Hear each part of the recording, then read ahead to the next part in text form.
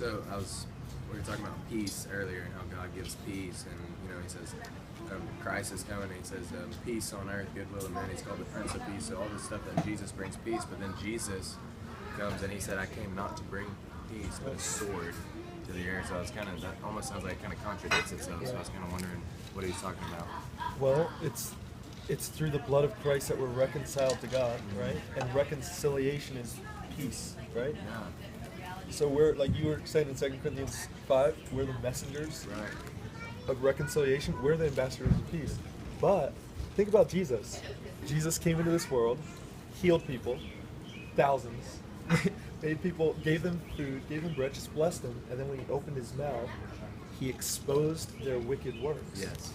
And so in that sense, bringing the message of peace, the one message that men can be made right with God through Christ, people, it exposes their works, therefore they hate it and will kill you. Therefore, he's not bringing peace, he's bringing a sword in that sense. Right.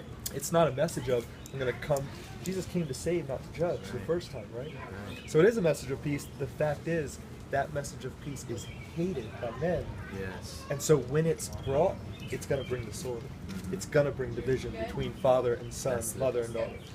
So it's still a peaceful message. It's the only message of peace between God the Father and men.